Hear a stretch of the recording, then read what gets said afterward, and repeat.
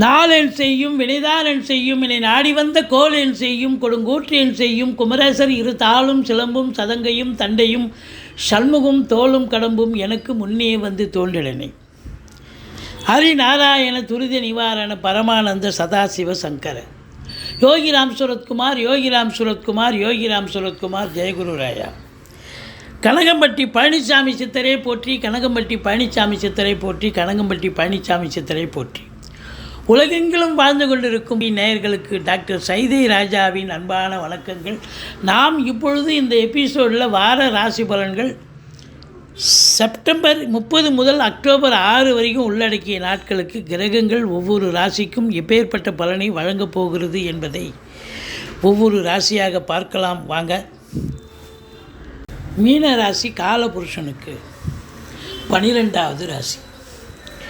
குரு பகவான் ஆட்சி பெறும் வீடு.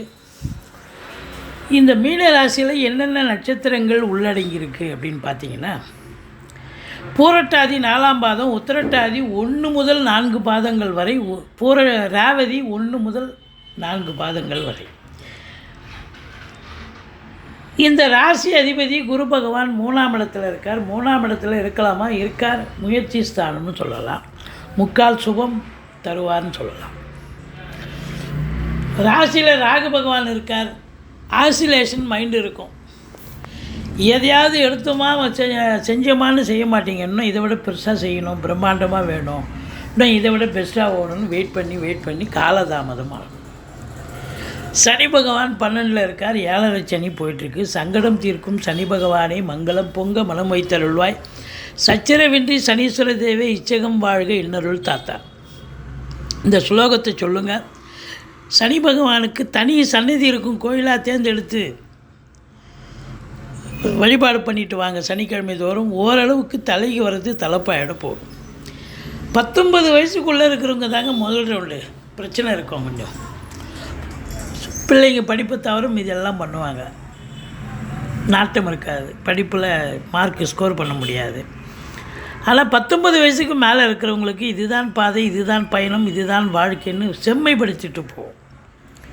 2வது சுற்றாக இருக்கிறவங்களுக்கு ஒன்றும் பயப்பட தேவை. ஆனாலும் ராகு பகவான் ராசியில் இருக்கிறது ஒரு மைனஸ். ஒரு தெளிவில்லாத சூழல், தெளிவில்லாத சிந்தனை. ஒரு நிமிஷத்துக்கு ஒரு தடவை மாறும், ஐடியா மாறும். 2ஆம் இடத்தை சனி பார்க்குறார். குடும்பஸ்தானத்தை சனி பார்க்குறது சிறப்பாக குடும்பத்தை நல்லாவே பிரிச்சுடுவார். எல்லா குடும்பமும் பிரிஞ்சிடாது, பிரியணும்னு ஒரு அமைப்பு இருக்கிற இது பிரிஞ்சிடுவாங்க. அப்போது கணவன் மனைவி விட்டு கொடுத்து போங்க, அரவணைச்சு போங்க. விட்டு கொடுத்து போனீங்க, அரவணைச்சு போனீங்கன்னா ஓரளவுக்கு எந்த பிரச்சனையும் இருக்காது. கொடுக்கல் வாங்கல், பணம் பல வகையில் பையன் இருப்போம். ஏன்னா 11ஆம் இடத்தை குரு பார்க்குறார். சூப்பர் வருமானம் ரெட்டிப்பு, சந்தோஷம். உங்கள் காட்டில் மழைனே சொல்லலாம். 7.5 சனி நடந்தாலும் பொருளாதாரத்தில் நீங்கள் பெரிய லெவலில் இருப்பீங்க. பணம் பல வகையில் பையன் இருப்போம். ஏன்னா குரு பகவான் 11ஆம் இடத்தை பார்க்கிறார். எண்ணிய செயல் ஈடேறப் போகிறது, தொட்டதெல்லாம் தொடங்க போகிறது அப்படின்னு சொல்லலாம். அப்போது 11ஆம் இடத்தை பார்க்குறாருன்னா பணம் நிறைய, வருமானம் நிறைய இருக்கும். பணம் அதாவது சேவிங்ஸ் சேரும். இருந்தாலும் யாராவது கேட்பாங்கன்னு கேட்டால் கொடுத்துடாதீங்க. கொடுக்கல் வாங்கல் செய்ய வேண்டாம். கொடுக்கல் வாங்கல் பண்ணிங்கன்னா சரிப்பட்டு வராது, கொடுத்தா வசூலாகாது. அது மட்டும் இல்லை, வாக்கினை தொழிலாக கொண்டு செயல்படக்கூடிய மீனராசி என்பவர்கள் கொஞ்சம் விழிப்புணர்ச்சியாக இருக்கணும். இந்த 50 வயசுக்கு மேலே இருக்கிறவங்களுக்கு கைகால் வலி, முட்டு வலி, முதுகு வலிலாம் வரும். பார்த்து நடந்துக்கணும்.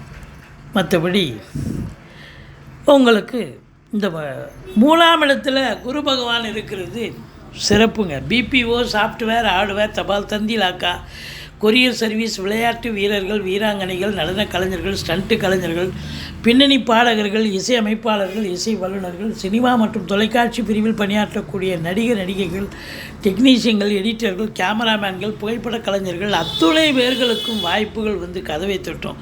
அது மியூசிக்கில் மியூசிக் டைரக்டராக இருக்கலாம், மியூசிக்கில் டெக்னீஷியனாக இருக்கலாம், பின்னணி பாடகராக இருக்கலாம். யாராக இருந்தாலும் சுக்கிரனுடைய ஆதிக்கம் நிறைந்தவர்களுக்கு ஒரு பொற்காலம் என்று சொல்லலாம். 4ஆம் இடத்துல செவ்வாய் இருக்குது. பணம் வருமானம் நிறைய வரும். அப்போ சொத்து வாங்க, வீடு கட்ட, ஃப்ளாட் வாங்க முனைப்போடு செயல்படுவீர்கள். தாராளமாக செய்யலாம், சக்ஸஸ் ஆகும். 6ஆம் வீட்டை சனி பார்க்கிறார். எதிரிகளால் தொல்லைகள் ஏற்படும்.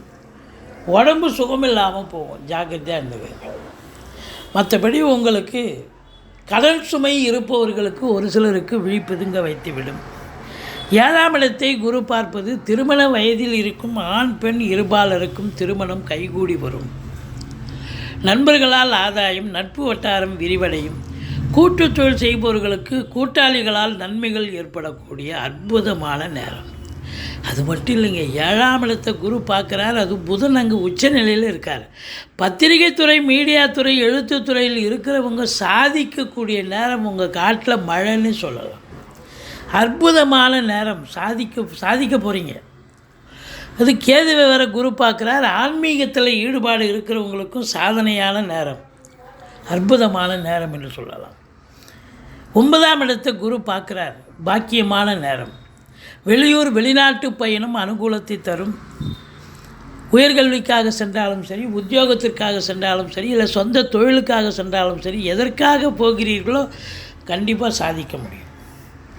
இல்லை இதெல்லாம் போகலைங்க, நான் சும்மா டூர் மாதிரி போகிறோம், ஆன்மீக டூரு இல்லைன்னா இன்ப சுற்றுலான்ற பேரில் தாராளமாக போயிட்டு வாங்க. சந்தோஷமாக போயிட்டு வரக்கூடிய ஒரு சூழல் இருக்கும். ஆத்ம திருப்தி கிடைக்கும்.